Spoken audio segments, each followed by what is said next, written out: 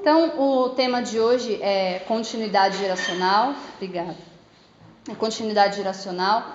Só lembrando, na primeira semana a gente falou sobre propósito, fé e família, como que Deus ele vê a família, qual que é o propósito dele para a família.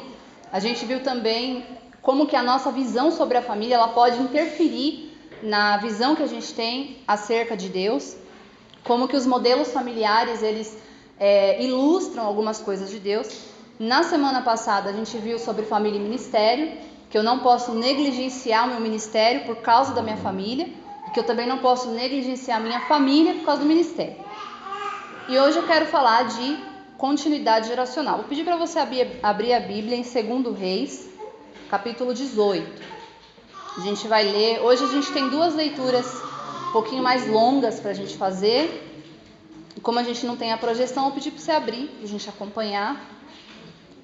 Vou falar um pouquinho do rei Ezequias agora no início.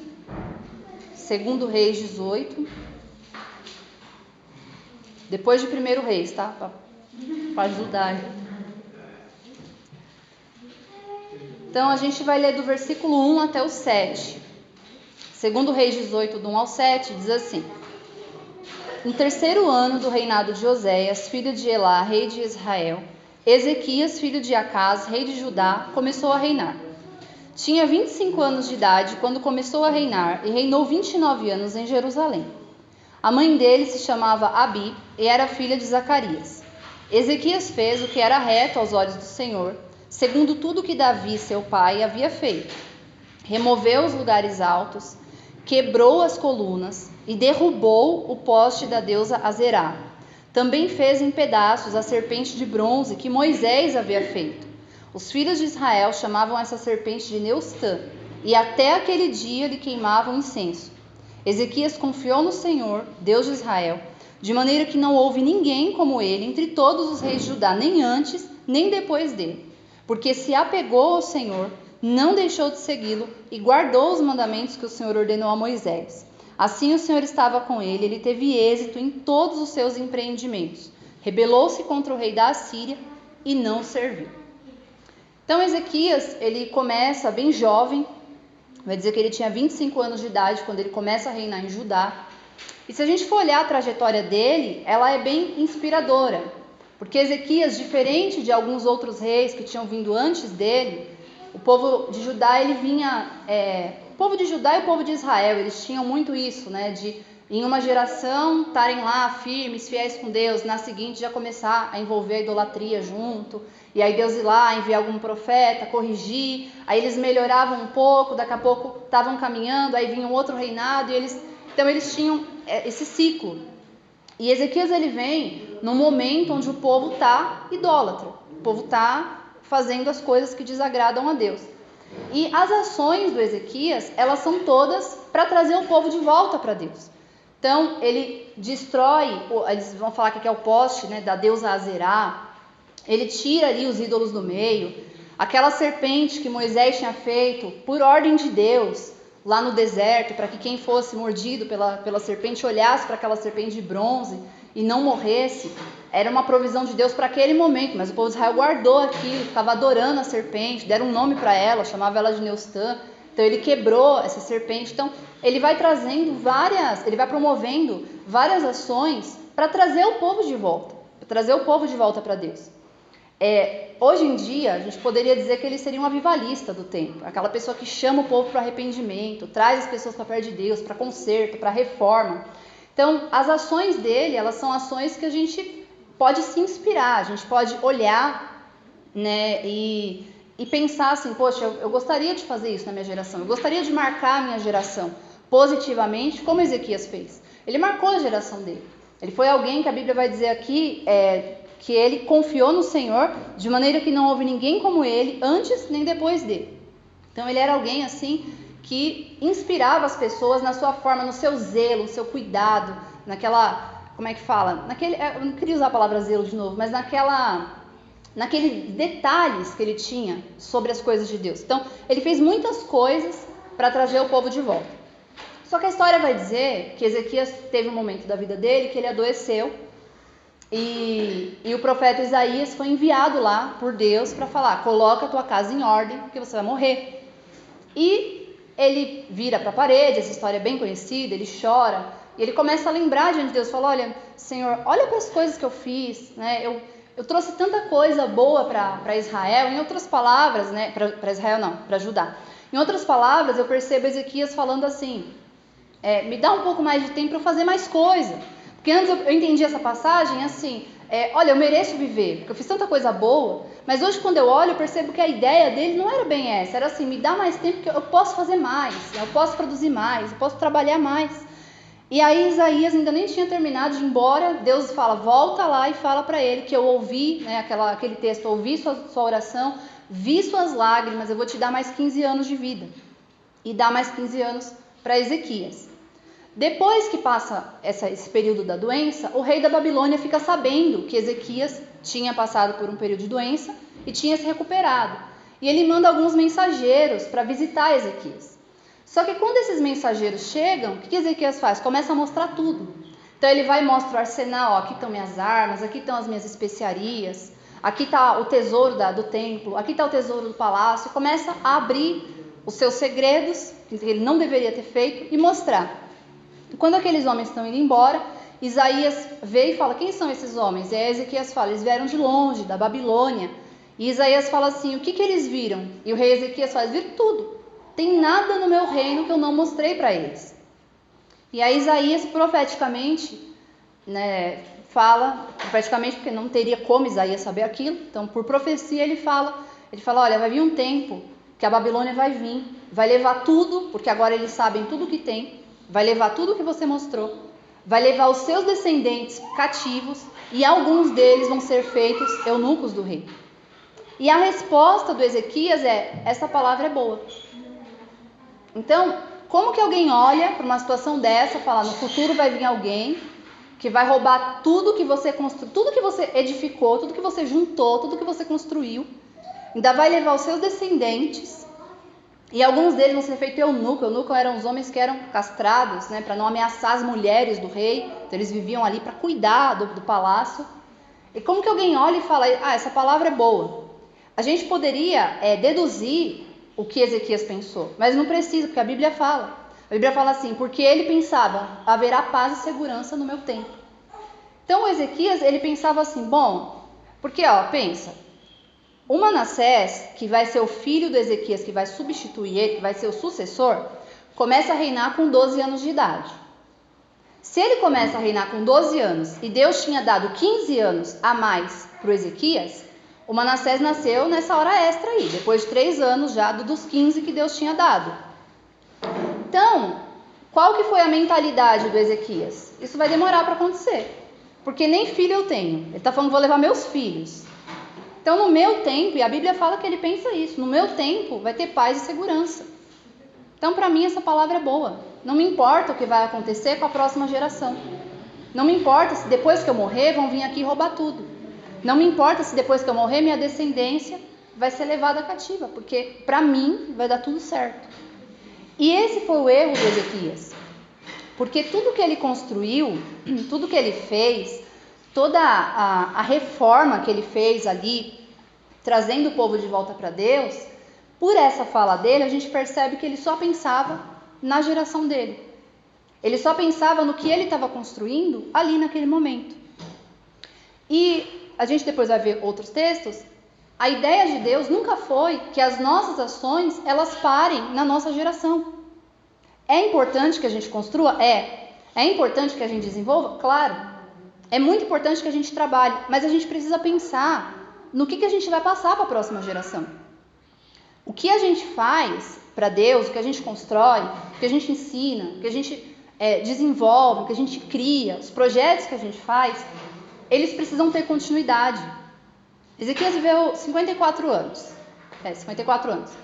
Mas se ele tivesse vivido 100, se ele tivesse vivido 100 anos e tivesse terminado nele o que ele fez, o que são 100 anos na história da humanidade? Então não pode parar na gente. A gente precisa pensar em ir passando adiante tudo aquilo que a gente construiu.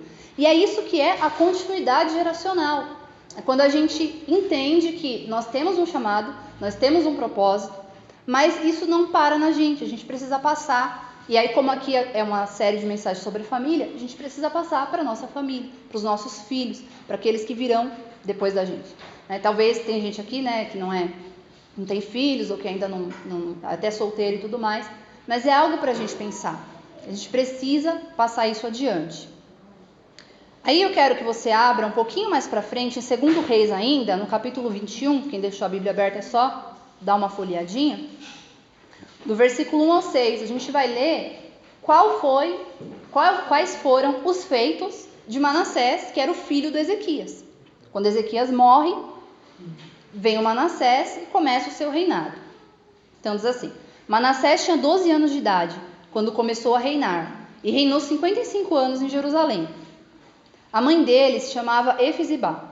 Fez o que era mal aos olhos do Senhor, segundo as coisas abomináveis das nações que o Senhor havia expulsado de diante dos filhos de Israel. Aí olha essa parte. Pois reconstruiu os lugares altos que Ezequias seu pai havia destruído. Levantou altares a Baal, fez um poste da deusa Azerá, como o que Acabe, rei de Israel, havia feito. Prostrou-se diante de todo o exército dos céus e o serviu. Edificou altares na casa do Senhor, a respeito da qual o Senhor tinha dito: em Jerusalém porei meu nome. Também edificou altares a todo o exército dos céus, nos 2 átrios da casa do Senhor. E queimou o seu filho em sacrifício.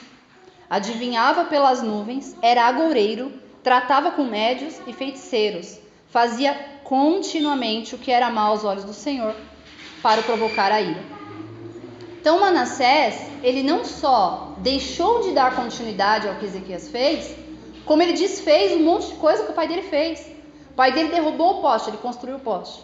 O pai dele tirou a idolatria, ele trouxe a idolatria. O pai dele reprovou uma coisa, ele aprovou. E o final do texto, para mim, é o mais marcante, porque fala assim: fazia continuamente o que era mal aos olhos do Senhor para o provocar a ira. Então não é uma coisa que ele fez inocente, fez porque não sabia. Não, ele fez porque ele queria fazer ao contrário. Agora, por que o Manassés fez as coisas ao contrário do pai dele? Possivelmente porque ele não entendia a importância de continuar o que o pai dele começou. E se ele não entendia a importância de continuar o que o pai dele começou, alguma falha no meio do caminho teve. Alguma coisa aconteceu que ele não percebeu que ele precisaria dar continuidade ao que o pai dele fez. Talvez, pela fala do Ezequias lá atrás, dele pensar só na geração dele, ele também não se preocupou em transmitir isso. Que a gente vai agora começar a usar um termo que chama esse legado espiritual. Então Ezequias, ele não transmitiu esse legado para o Manassés não recebeu esse legado, e aí em pouco tempo ele desconstruiu o que o pai dele tinha construído. Às vezes a gente está tão focado em fazer as coisas para Deus, e eu não estou dizendo que a gente não tem que ter foco, a gente tem que ter foco para fazer as coisas para Deus, que a gente esquece que ao mesmo tempo que a gente está fazendo, a gente precisa ensinar e explicar para os nossos filhos o porquê que a gente faz. Por que a gente faz o que faz? Por que a gente vem para o culto? Por que a gente ora? Por que a gente lê a Bíblia? Não que essas coisas, não estou falando de apresentar uma religiosidade para a criança, ou para o adolescente, para o filho. Estou dizendo assim: você já não ora? Mas você já parou para explicar para o seu filho por que você ora? Você já não lê a Bíblia? Você já parou para explicar por que você lê a Bíblia? Por que a gente vem para o culto? Então, qual que é a importância disso? Esses princípios, eles são muito importantes, porque a criança ela não vai deduzir sozinha. Não é uma coisa automática. Eu estou vendo meu pai orar, então eu sei que é por causa disso, disso, disso. Não, ele não vai saber. É necessário que a gente explique, é necessário que a gente viva para que ele veja, e é necessário que a gente explique para que ele entenda. Se a gente olhar para a história do povo de Israel, desde lá do comecinho, Deus sempre fala: ensina o seu filho, quando você estiver andando, quando você sentar, quando você levantar, amarra no pescoço, escreve na testa. Então, assim, faz de um jeito que você não vai esquecer de ensinar e de passar para a próxima geração. Outro que, antes disso, só encerrar aqui a parte do Ezequias, que é uma coisa que eu vi essa frase num livro, eu achei bem marcante, que ele fala assim: o avivamento dos dias de Ezequias morreu junto com ele. Então, quando ele morreu, acabou. Não teve continuação. Outro que aconteceu isso, e a gente não vai ler, eu só vou comentar, foi o Samuel. Samuel ele chega lá no fim da vida, velhinho já, e fala para o povo: olha, me fala aqui agora, eu defraudei alguém? Eu fui injusto? Teve alguma coisa que eu fiz de errado? Vocês me reprovem alguma das minhas ações? E o povo olha e fala: não, você fez tudo certinho, a gente está muito satisfeito com o que você fez. Só que quando Samuel ele constitui os 2 filhos dele juízes sobre o povo de Israel, o povo não quer. E a Bíblia vai falar por quê. Aqui no finalzinho do versículo, lá depois, se os irmãos quiserem, está em 1 Samuel capítulo 12. Fala assim: ao contrário de Samuel, eles inclinaram-se à avareza, aceitavam suborno e perverteram o direito. Então, diferente do Samuel, que era íntegro, que era honesto, que era justo, que ouvia a voz de Deus, que fazia o que Deus mandava ele fazer, os filhos dele não faziam. E de novo, é lógico, eu entendo que as pessoas elas têm livre escolha, nós cremos assim, as pessoas elas têm liberdade de escolher. Mas eu entendo também que em alguns momentos a falha está nessa hora de transmitir, de passar o nosso legado espiritual, de ensinar os filhos. Às vezes a gente quer fazer e quer se envolver e acaba esquecendo desse detalhe que não deveria ser um detalhe, né? Uma parte importante que é transmitir isso, passar isso adiante. Agora eu quero dar um exemplo de alguém que transmitiu, porque ficar só no contra-exemplo às vezes desanima. Então, alguém que transmitiu isso. A Bíblia não diz que ele transmitiu, mas a gente olha o resultado e a gente entende que ele transmitiu. Não precisa abrir, que é um versículo só. Gênesis 37, capítulo 2, diz assim: essa é a história de Jacó. Quando José tinha 17 anos, apacentava os rebanhos com seus irmãos. Sendo ainda jovem, acompanhava os filhos de Bila e os filhos de Zilpa, mulheres de seu pai, e trazia más notícias deles a seu pai. Esse versículo, ele começa falando assim: essa é a história de Jacó. Mas ele não está contando a história de Jacó. Ele está contando a história de José. E por quê? Porque para os judeus, a história do José não começou no José. Ela começou no Jacó. A história de Jacó começou em Isaac. A história de Isaac, ela começou em Abraão. Então, eles sempre tinham essa visão de que a sua história, ela não começou em você. Ela começou em quem veio antes de você. Eles sempre tiveram essa mentalidade da continuidade geracional. Não dá para eu contar a minha história sem contar a história dos meus pais. Não dá para os meus pais contar a história sem contar a história dos pais dele. E aí eu tenho um livro que ele chama Liderança Acima da Média. É do Danilo Figueira. E ele vai fazer um comentário sobre isso, sobre essa questão da Bíblia ela contar a história por gerações. E ele fala assim: a mente do Senhor nos concebeu a partir da perspectiva de gerações. Quando Ele, o Eterno, se apresenta como Deus de Abraão, de Isaac e Jacó, como fez diante de Moisés, por exemplo, está demonstrando o caráter geracional do seu plano. Não é à toa que a Bíblia dá tanta importância às genealogias. Não se trata apenas de registro histórico, mas de identificação de linhagens espirituais e, portanto, legados espirituais. A gente acha chato, não sei vocês, né? Mas a maioria das pessoas, a gente vai pulando a genealogia. É muito nome, muita gente, para quê? Eu não vou decorar mesmo. Mas, para eles, isso tem tanta importância, porque não tem como, na cabeça deles, não tem como eu falar do fulano sem falar de onde ele veio. Quem era o pai dele, quem era o avô, de onde ele recebeu o que recebeu. E se a gente olhar a história de José, nesse livro Liderança Acima da Média, o personagem principal é o José. E o Danilo Figueira ele fala uma coisa que eu nunca tinha parado para pensar, porque a gente fala assim, José, mas tem mais de um José. Qual José? O José do Egito. E ele fala assim, a gente chama ele de José do Egito, mas do Egito ele nunca foi. Porque não importa se ele morou a maior parte da vida dele no Egito, ele conservou todos os valores e os princípios que ele aprendeu com a família dele. Então ele viveu com o pai dele até 17 anos só. Mas, depois de 17 anos, ele é jogado num poço pelos irmãos, ele é vendido para uma caravana de ismaelitas e midianitas. Depois ele é vendido pela caravana para o Potifar. Logo ele ganha ali a confiança do Potifar, é colocado como chefe da casa, ele administra a casa. A mulher do Potifar começa a se engraçar com ele, se interessar por ele, arma ali uma emboscada, ele acaba sendo preso injustamente. mas pouco tempo na prisão ele também já ganha confiança ali do carcereiro, é colocado como chefe dos presos, como líder. Aí ele interpreta 2 sonhos.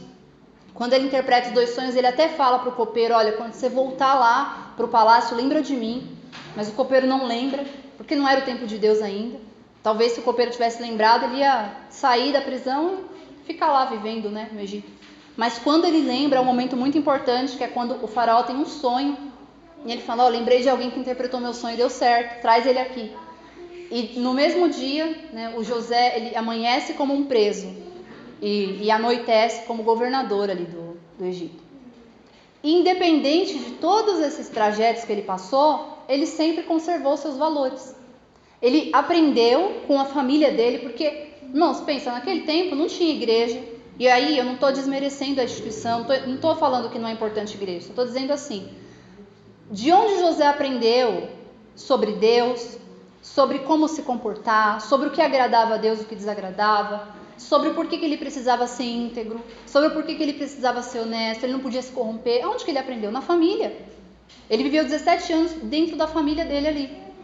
E aí, independente da trajetória que ele fez, ele conservou isso, ele manteve isso. Ele em vários pedaços, né, vários trechos, vai falar que o Senhor estava com ele, o Espírito estava com ele, o Espírito de Deus estava com ele. Então ele foi, apesar de não ter um versículo que diga assim, Jacó transmitiu o seu legado espiritual para José. A gente vê isso na vida do José. Ele guardou aqueles princípios, aqueles valores e foi levando isso. E nada fez com que ele perdesse, nem um momento muito difícil, nem o momento da abundância, que foi quando ele virou ali o governador do Egito.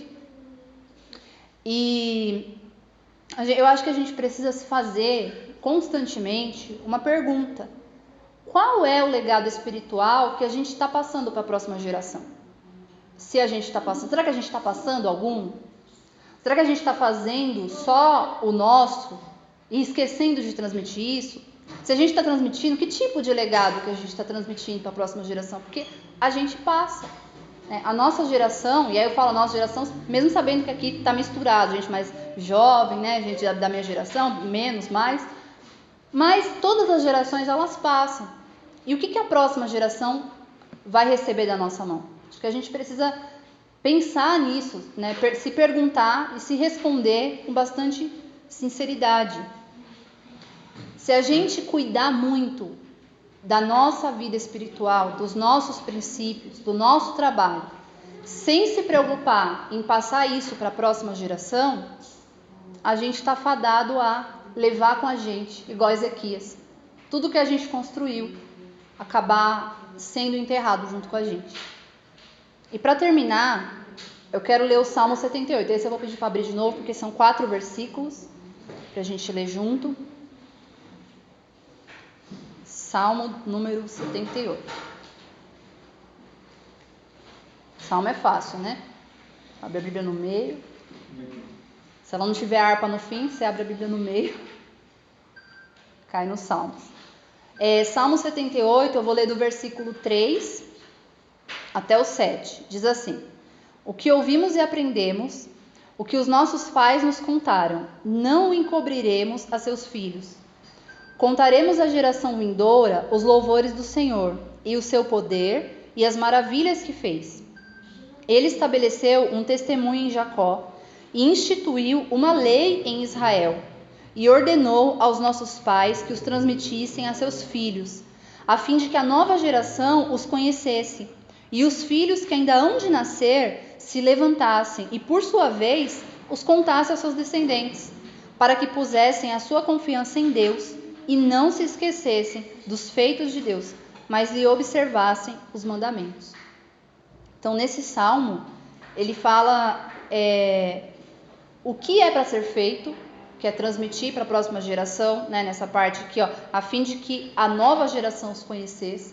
E ele fala o porquê, no finalzinho, para que pusessem a confiança em Deus, não se esquecessem dos feitos de Deus, mas observassem os seus mandamentos.